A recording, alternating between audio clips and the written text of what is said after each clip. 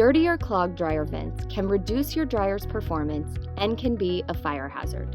Cleaning your dryer vents is a simple project that should be performed once a year. Here's what you'll need.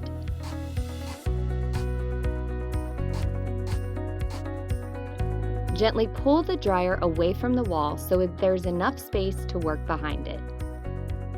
Unplug the dryer. Locate and disconnect the vent on the back of the dryer. You may need to use a screwdriver to detach the vent clamp. Before vacuuming out the vent, remove lint from the openings at the back of the dryer.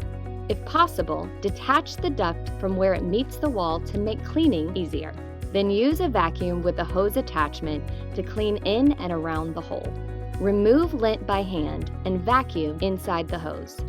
Determine whether the interior or exterior opening of your house is higher and brush out the vent beginning on the higher side. The first step is to feed the brush into the duct and move it back and forth while slightly rotating it. Extend the brush as needed. When you're finished cleaning, inspect the ducts to make sure that they are undamaged. Replace if needed. Reattach ductwork and vent cover. Plug the dryer in and push it back into place.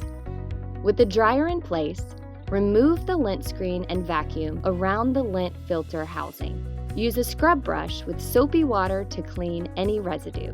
Rinse with clean water and dry it off with a towel. Test the dryer by running it on fluff or air dry for 15 to 20 minutes to dislodge any remaining debris and make sure all the connections are strong.